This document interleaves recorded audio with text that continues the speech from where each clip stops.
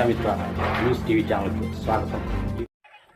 కడప జిల్లా భీమటం మండలం ముడుమాల గ్రామంలో వెలసిన శ్రీ సిద్ధయ్య స్వామి మఠంలో 4వ కుమారుడు పెద్ద పీరయ్య స్వామి ఆరాధన ఉత్సవాలను 19, 20 తేదీలలో ఘనంగా నిర్వహించారు. 20వ తేదీ శుక్రవారం బండలాగుడు పోటీలతో పాటు గుండును ఎత్తేటువంటి పోటీలు నిర్వహించి విజేతలకు బహుమతులను అందజేశారు.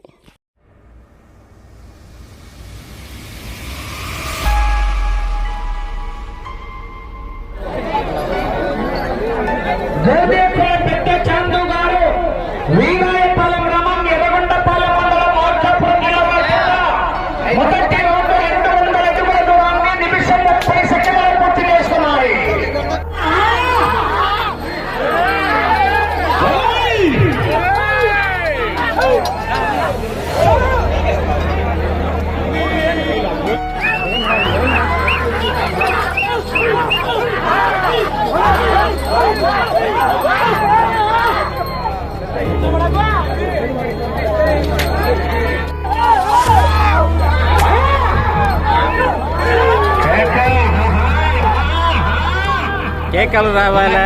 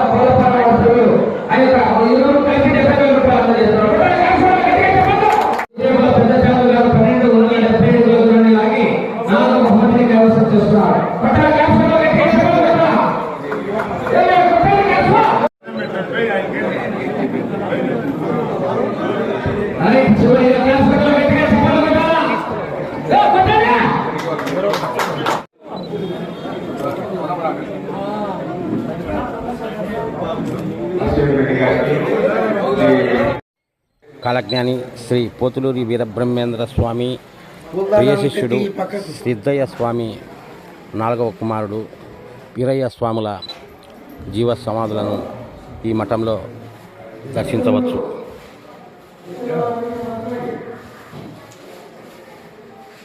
బ్రహ్మంగారు స్వామి సిద్ధయ్య స్వామికి ఇచ్చిన పాదుకలు, ఆ మధ్యలో నిలబెట్టింది యోగదండం. ఇది బ్రహ్మంగారు స్వామి రాసిన కాలజ్ఞానం. అది ఆనాడు సిద్ధయ్య స్వామి సమాధి అయ్యేటప్పుడు వెలిగించిన మంచినీళ్ళ జ్యోతి. ఇది శిఖాముద్రిక.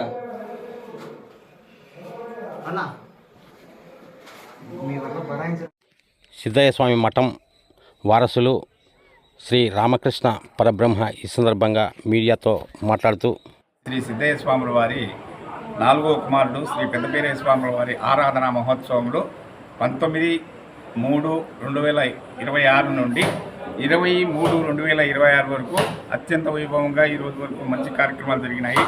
హరికథలు అయితేమి, భజనలు అయితేమి, కోలాటలు అయితేమి అన్నీ కూడా జరిగినాయి. అన్నదానాలు కూడా భారీగా జరిగినాయి. తర్వాత ఈ కార్యక్రమానికి బాగా ఈరోజంతా బండ్ల పందాలు, గుండ్ల పందాలు అన్నీ కూడా జరిగినాయి. ఈ కార్యక్రమం అత్యంత వైభవంగా. ఎందుకంటే ఈ పెద్ద పీరయ్య స్వాముల వారి ఆరాధన ఎందుకు చేస్తామంటే ఒకానొక పుట్టలో సిద్ధయ్య గారికి పెళ్లి చేసుకుంటే సిద్ధయ్య గారి గర్భవాసం నందు, నాయన నువ్వు పెళ్లి చేసుకుని గర్భవాసం ముందు నిన్ను నన్ను మించిన కుమారుడు పెద్ద పీరయ్య పుడతాడు. ఆయన 4వ కుమారుడుగా పుడతాడు. ఆయన విఘ్నేశ్వర అవతారము. ఆయనకే ముందు పూజ జరుగుతుందని ఎప్పుడో చెప్పినారంట బ్రహ్మంగారు. అది ఆ ప్రకారంగా ఆయన రావడము, ఇక్కడ తపస్సు చేయడము. ఈ యలమవారి కొండ మీద 24 సంవత్సరాలు తపస్సు చేసి వచ్చేసరికి తల్లిగారు సమాధి అయిపోయినారు.